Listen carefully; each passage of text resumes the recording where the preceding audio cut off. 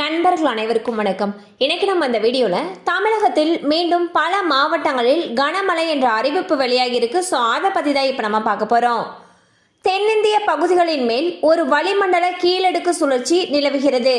அதன் பிறகு மத்திய கிழக்கு மற்றும் அதனை ஒட்டிய லட்சத்தீவு பகுதிகளின் மேல் ஒரு வளிமண்டல மேலடுக்கு சுழற்சி நிலவுகிறது.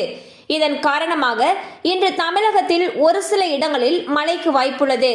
அதன் பிறகு புதுச்சேரி மற்றும் காரைக்காலில் கனமழைக்கு வாய்ப்புள்ளது. இந்நிலையில் இன்று தமிழகத்தில் 21 மாவட்டங்களில் மழைக்கு வாய்ப்பிருப்பதாக சென்னை வானிலை ஆய்வு மையம் தெரிவித்துள்ளது.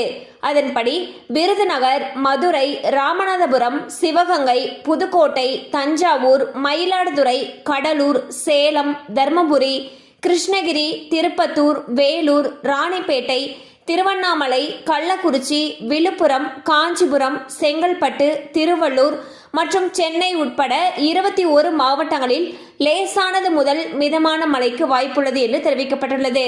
ஸோ பாத்தீங்கன்னா தமிழகத்தில் இன்று பல மாவட்டங்களில் மித முதல் கனமழைக்கு வாய்ப்பு இருப்பதாக சென்னை வானிலை ஆய்வு மையம் அறிவிச்சிருக்காங்க.